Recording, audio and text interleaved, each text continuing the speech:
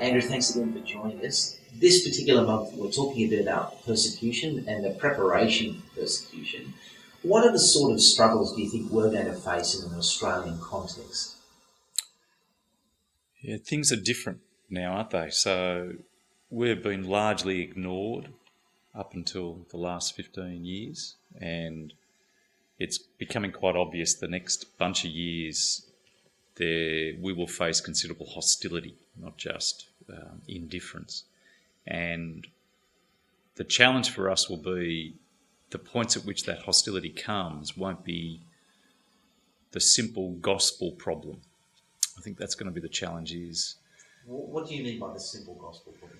Well, it's easy when someone stands in front of me and says, you cannot preach that Jesus is Lord and Saviour. You know, I think all of us go, oh, I can't give in to that. I need to take a stand. Or at least I hope we all can. That's fairly straightforward. The problem is that the way the society comes at us, that the Christian worldview has edges that the community around us kind of feel the pressures of, and they're not necessarily over Jesus being Lord and Saviour. That's not where they're feeling the pressure and pain. It's over our ethics and morality. So our sexual ethics, our view on marriage, our view on heterosexuality, our view on gender. These are the points where our worldview, our biblical worldview, is actually most particularly intruding on the community's expected way we ought to behave. And our challenge is going to be knowing when to take a stand publicly, when to push back, and when to give ground. Those things are hugely difficult to work out in every context. When to speak up, when to be silent. I think, again, most of us will be aware that we need to keep speaking up about Jesus as Lord and Saviour. That's our kind of meat and veggies. That's what we do. But will we speak up about our sexual ethic? Will we speak up about heterosexuality, homosexuality, in a context where the community is very hostile to those things and it might intrude on our ability to reach people in that community? Will we keep speaking up about these things? Will we speak up when it means some of our strategies for reaching the community might be impeded, like our ability to use public space? Will we continue to take a stand for what the Bible teaches in these areas, even though it means we can't use school halls? Those are the points where it becomes very fraught and difficult to know what exactly to do and when. And I think it raises a larger principled issue of we need to be people who are driven by a desire to honour God and not be man-pleasers. And it's easy to say that in principle. In practice, expressing it is where the challenge is. There's that great insight by Luther, who says, on the issue of submission, he says, when do I submit to government and when do I stand up against government? He said it's not always, there's a wisdom there, it's not always easy to know when to stand, when to fight back. And he said, you will never be able to know when it's wise to fight back if you've not learned to be submissive. And there's a great truth there. If I'm just an angular person who's always aggressively fighting every issue, then I won't have the maturity to know when actually I should just shut up and be wise.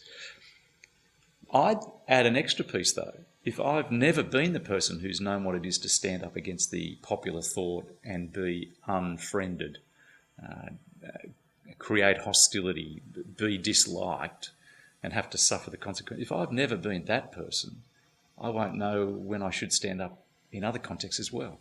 So I think for us personally as leaders, we need to cultivate two kind of things in tension, which is the ability to lay low and move with and go with and submit, and not have a personal problem about that.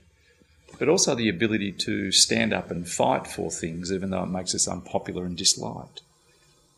We need to learn to be able to do both those things, which I think positions us better to know when in a particular context and environment, this issue is one I do need to stand for, and I can do it. Now, a lot of the thinking through that you're talking about happens between our own ears, so to speak. How important is it being in fellowship to evaluate whether or not we should be standing up or whether we shouldn't be? Do you take cues from other people? Do you have other people in your life who are checks on you? Oh, absolutely. Yeah, absolutely. So, there's the power of Christian fellowship. There's the power of church leadership fellowships. As we plant churches, doing it in fellowship with other planters and in denominational settings, which are healthy and good. Absolutely. But even in those environments, you'll get the different personalities. You'll get the very angular one who thinks you ought to stand up for every issue and fight every issue.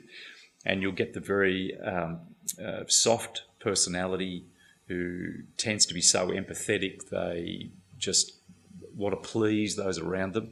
You'll get those two personalities that will reflect differently on what you ought to do in your context. And so in the end, you've got to sift all of that and make a determination before God about what to do in this situation. I think the other piece to add into it as well is the danger of nibbling away. I remember there's always been this conversation about, is that a hill to die on?